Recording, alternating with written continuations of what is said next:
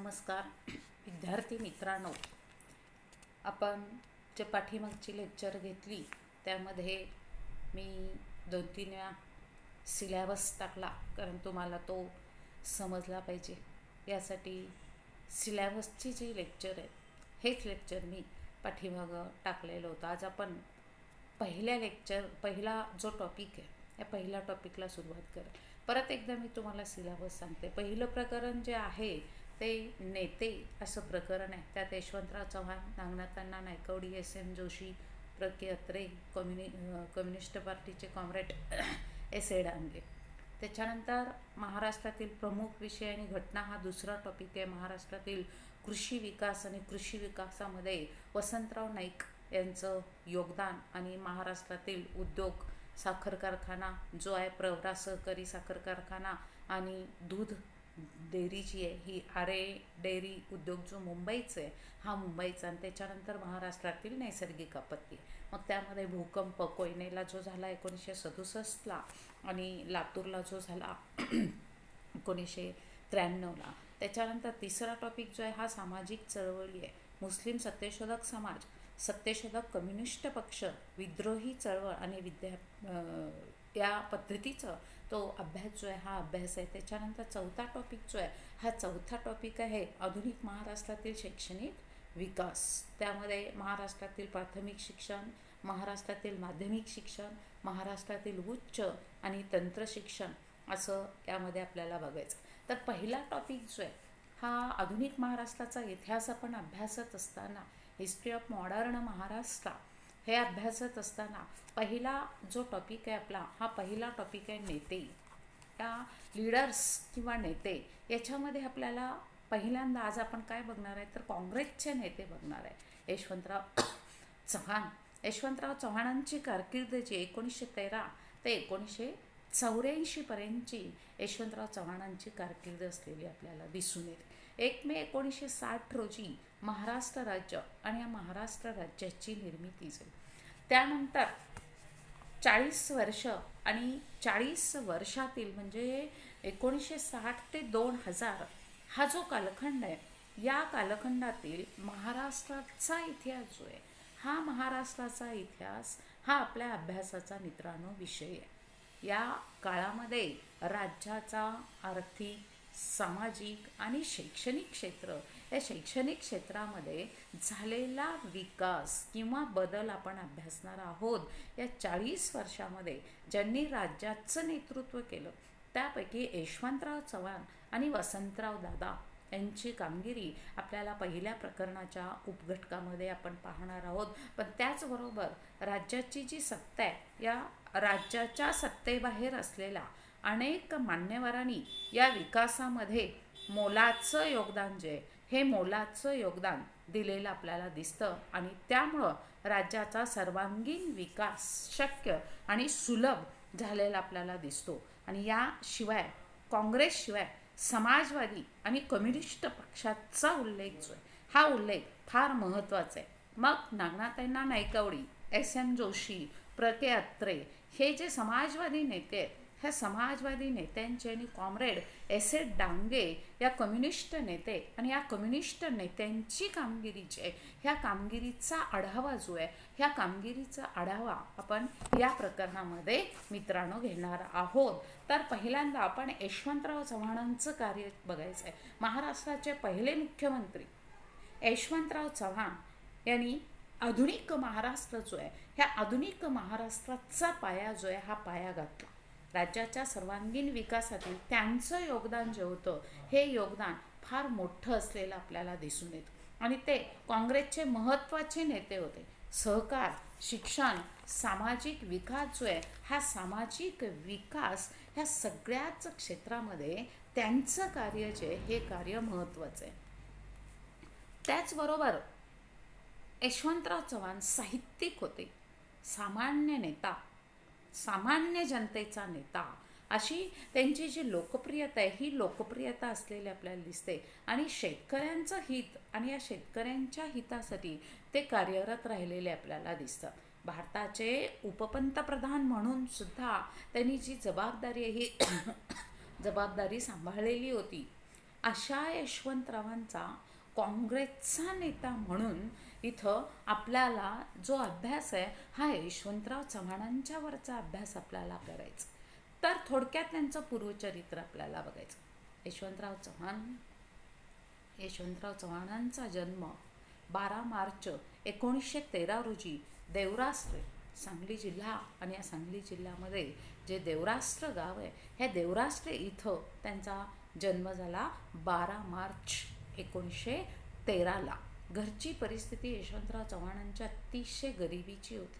त्यांच्या बालपणीच त्यांच्या वडिलांचं निधन जे हे निधन झालेलं होतं. त्यांची आई जी होती त्यांच्या आईनं अतिशय काबाड कष्ट केलेलं होतं आणि काबाड कष्ट करून त्यांना वाढवलेलं होतं, घडवलेलं होतं, त्यांच्यावर संस्कार केलेले होते. स्वावलंबन, देशभक्तीचे धडे त्यांना खरं तर आईनं शिकवलेले होते. देशासाठी स्वातंत्र्य चळवळीकडं त्यांनी त्यांचा अगदी बालपणापासूनचा जो ओढा आहे हा ओढा होता.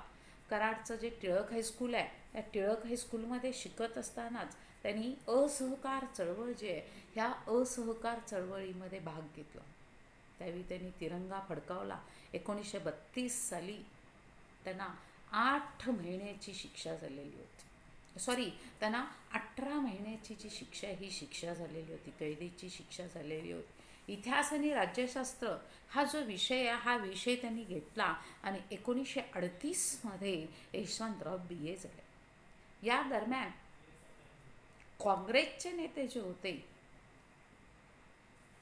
या काँग्रेसच्या नेत्यांशी त्यांचा संबंध आला.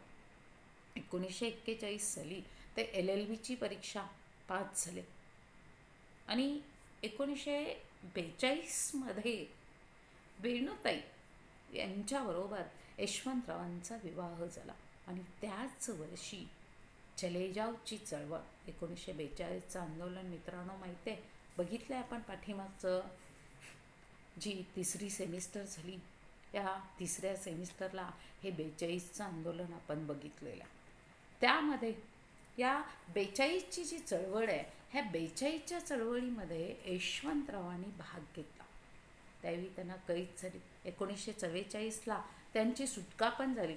पण त्यानंतर त्यांची राजकीय कारकीर्द जी आहे ही राजकीय कारकीर्द विकसित होत गेलेली आपल्याला दिसते. त्यावेळी त्यांनी अनेक पदं जी होती ही अनेक पदं भूषवलेली होती. 25 नोव्हेंबर 1984 रोजी वयाच्या 71व्या वर्षी नवी दिल्ली इथं यशवंतरावांचं निधन झालं.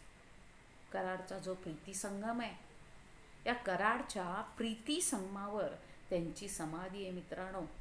यशवंतरावांनी महाराष्ट्र राज्य आणि केंद्र सरकारमध्ये अनेक पदं जी आहेत ही अनेक पदं त्यांनी भूषवलेली आपल्याला दिसतात. 1957 साली ते द्विभाषिक मुंबई राज्य जे होतं ह्या मुंबई राज्याचे मुख्यमंत्री.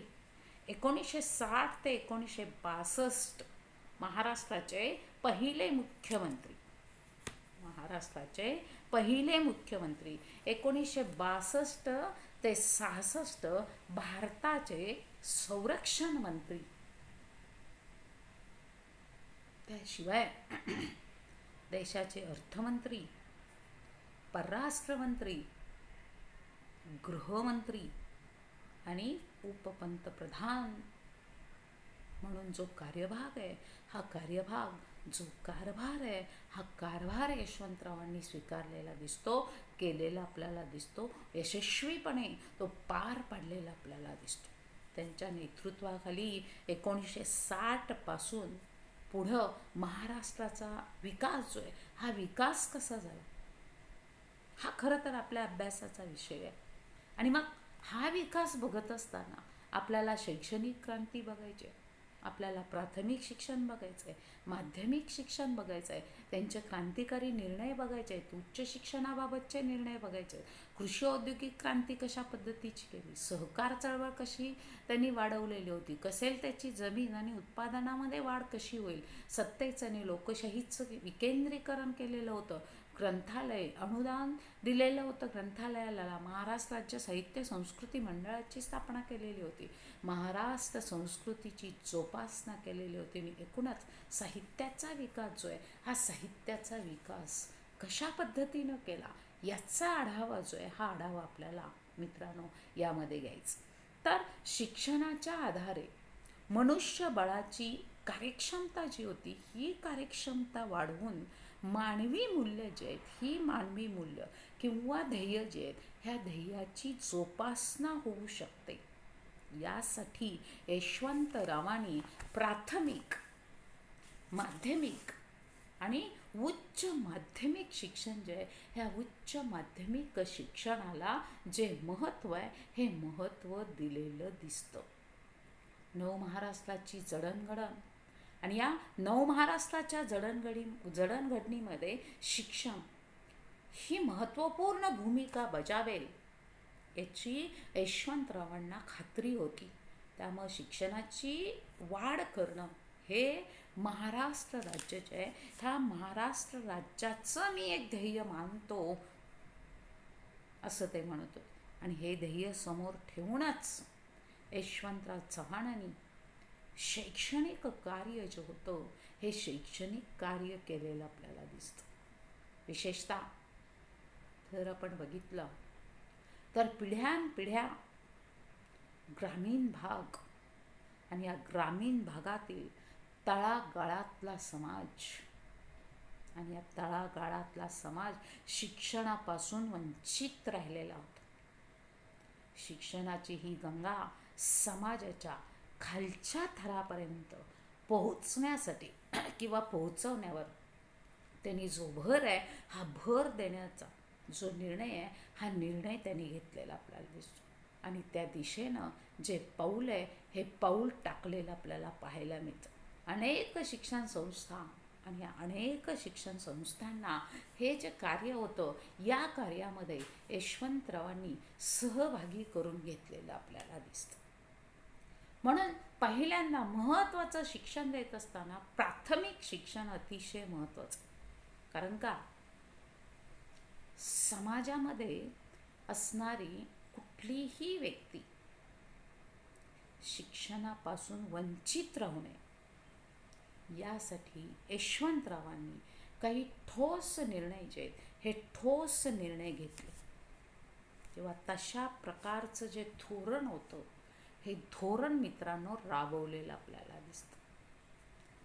त्यामध्ये काय होतं, प्राथमिक शिक्षण राबवत असताना कुठल्या कुठल्या गोष्टींचा समावेश जो आहे, हा समावेश केलेला आपल्याला दिसतो.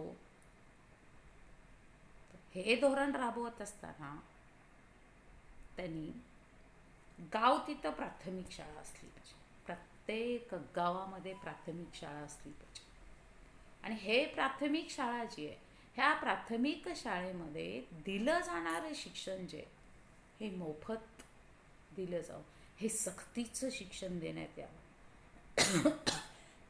आणि मग प्राथमिक शाळेच्या इमारती ज्या आहेत, ह्या इमारती स्वतंत्रपणे बांधण्यात याव्यात. प्राथमिक जे शिक्षक आहेत, त्या प्राथमिक शिक्षकांना प्रशिक्षण द्यावं आणि प्राथमिक शिक्षकांना प्रशिक्षण देऊन या शिक्षकांचं समाजातलं स्थान जे, समाजातलं महत्त्व जे, समाजामध्ये असणारा जो दर्जा आहे, हा दर्जा त्यांचा उंचावण्यास त्यामुळं मदत होईल. त्यांना प्रशिक्षण दिलं पाहिजे. इंग्रजी शिक्षणाची सोय मग 5वी पासूनचं जे शिक्षण आहे, ह्या 5वी पासूनच्या शिक्षणामध्ये करावी असं सांगितलेलं. म्हणजे प्राथमिक शिक्षणाच्या सार्वत्रिकरणाला आर्थिक तरतुदींची कमतरता कमी पडू न देता या योजनेची प्रभावी अंमलबजावणीची ही अंमलबजावणी त्यांनी केलेली दिसते.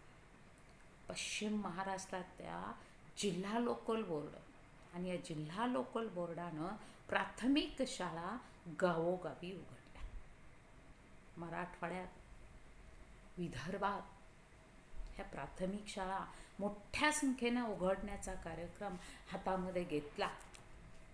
जिल्हा आणि तालुका शिक्षण मंडळ आणि जिल्हा आणि तालुका शिक्षण मंडळामार्फत व्हॉलंटरी शाळा त्यांनी उघडल्या आणि त्या माध्यमातून छोटी गावं असतील, छोट्या वाड्या वस्त्या असतील, वेगवेगळे पाडे असतील, आदिवासींचे पाडे असतील इत्यादी पर्यंत प्राथमिक शिक्षण जे ह्या प्राथमिक शिक्षणाची सोय जी आहे ही सोय यशवंतराव चव्हाणांनी उपलब्ध करून दिली आणि 1962 साली स्थापन झालेल्या जिल्हा परिषद आणि पंचायत समित्यांनी या कामाला फार मोठी जी गती आहे ही गती द्यावी अशी जी भूमिका आहे ही भूमिका यशवंतराव चव्हाणांनी मित्रांनो घेतलेली आपल्याला दिसून येते. आणि मग त्याच्यानंतर त्यांचं माध्यमिक शिक्षणाचं धोरण जे होतं हे धोरण कशा पद्धतीचं होतं हे आपण पुढच्या लेक्चरमध्ये बघूया. धन्यवाद.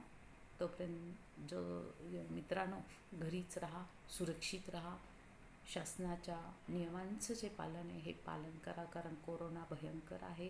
त्याला आपण जी काळजी आहे ही काळजी आपण घेऊया. घरच्यांचं आणि समाजाचं जे संरक्षण आहे हे संरक्षण आपण करूया. धन्यवाद.